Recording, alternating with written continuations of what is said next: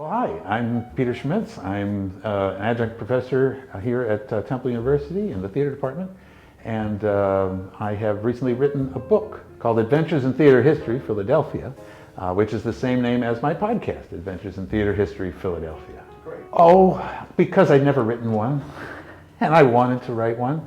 I'm over 60 now, and I hadn't written a book, and yet I was here at Temple University teaching writing courses. Can you believe it?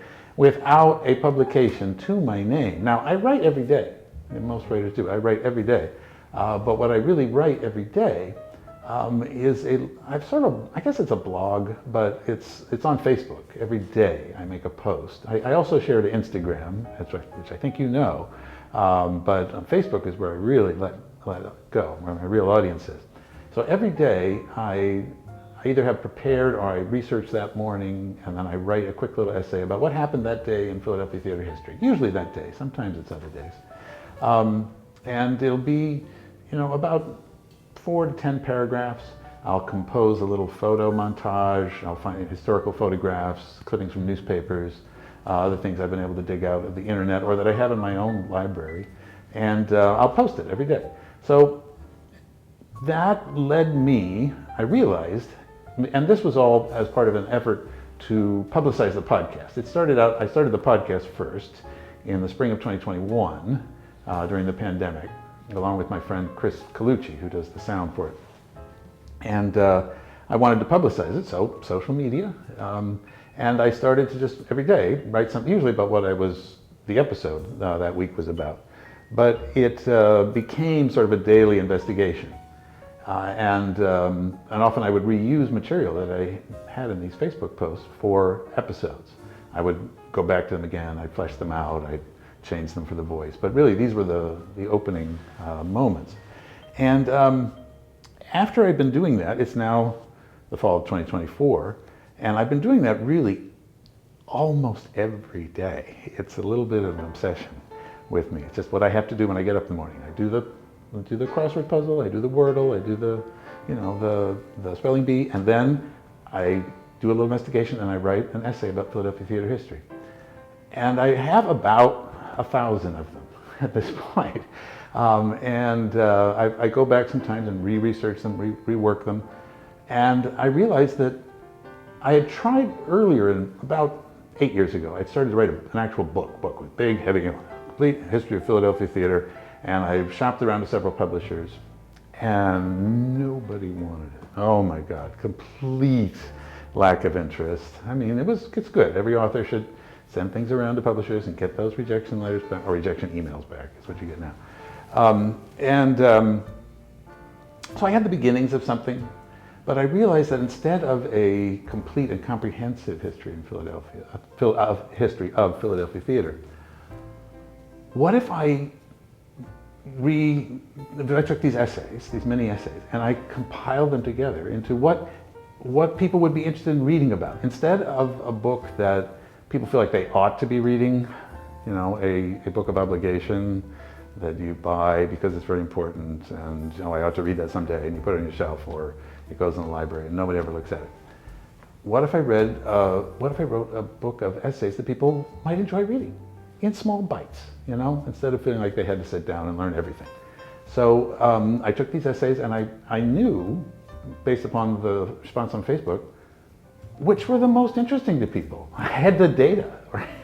So I literally said, well, which got the most response? Which got the most views? Which got the most clicks? Which got the most likes? Which got the most shares and responses? And I took those essays and I put about 75 to 100 of them into a book form, and I started shopping those around to publishers. And I got a little more interest this time, and I had one publisher that was pretty interested, but they were dragging their feet.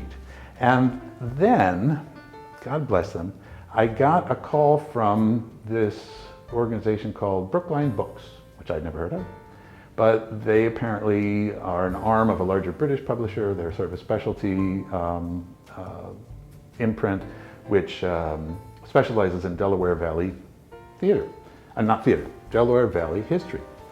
And Jennifer, who was their sort of acquisitions editor, called me up and said, hey, I've been listening to your podcast. Would you like to turn your podcast into a book? funny you should mention it. I've got this book. It's on somebody else's desk right now, but they're very nice, but they're kind of dragging their feet a bit. Would you like to see it? Because I haven't signed anything. And so I signed it off to her. She said, great, I will do it. I said, well, there we go. And I said, when do you want it by? She said, well, if you want it out by the end of the year, you need to have it into me by March. And this was January by this point. I'm like, I'll do it. And for the past, well, for the next 3 months, all I did, besides come here to teach, was go back home and write that book. I rewrote everything. I had to, I had an image to go with each chapter, just one. I wouldn't make the same collage that I put on Facebook, because just one sort of iconic image to go with each chapter.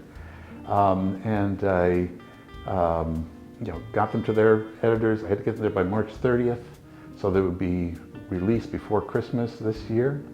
And then it all started, and then there's this endless back and forth. And by the way, I have never seen these publishers. I have not been in anyone's office. Publishing today is really remote. I mean, it's not like not like E.B. White calls you up and says, why don't we go over to lunch at the Stork Club and we'll talk about your new book. No, it's all emails, it's all shared documents. Everyone's working from home. Even the people, eventually I started working with the editors. The actual editors are in England, or in Oxford. And, or I assume some office park outside Oxford, or they're working from their homes, in Oxfordshire or wherever. And it's emails back and forth, but after about, there's a draft, and then there's another draft, and then a final draft where they really say, okay, this is it. You cannot make any more changes. And I'm dealing with permissions, image permissions, and the permissions from the people I'm quoting or sources I'm using. And finally, the end of July, I got the manuscript in and they said, yeah, that's it. We'll have it out soon. Really? Yeah. They signed a cover. I would love to be holding up a copy of it right now. And it's on, this is just very frustrating. Maybe if we'd done this a few days later, I would have a book to show you, because I heard from the publisher the other day that they're shipping it to me. They're shipping a box of books to me.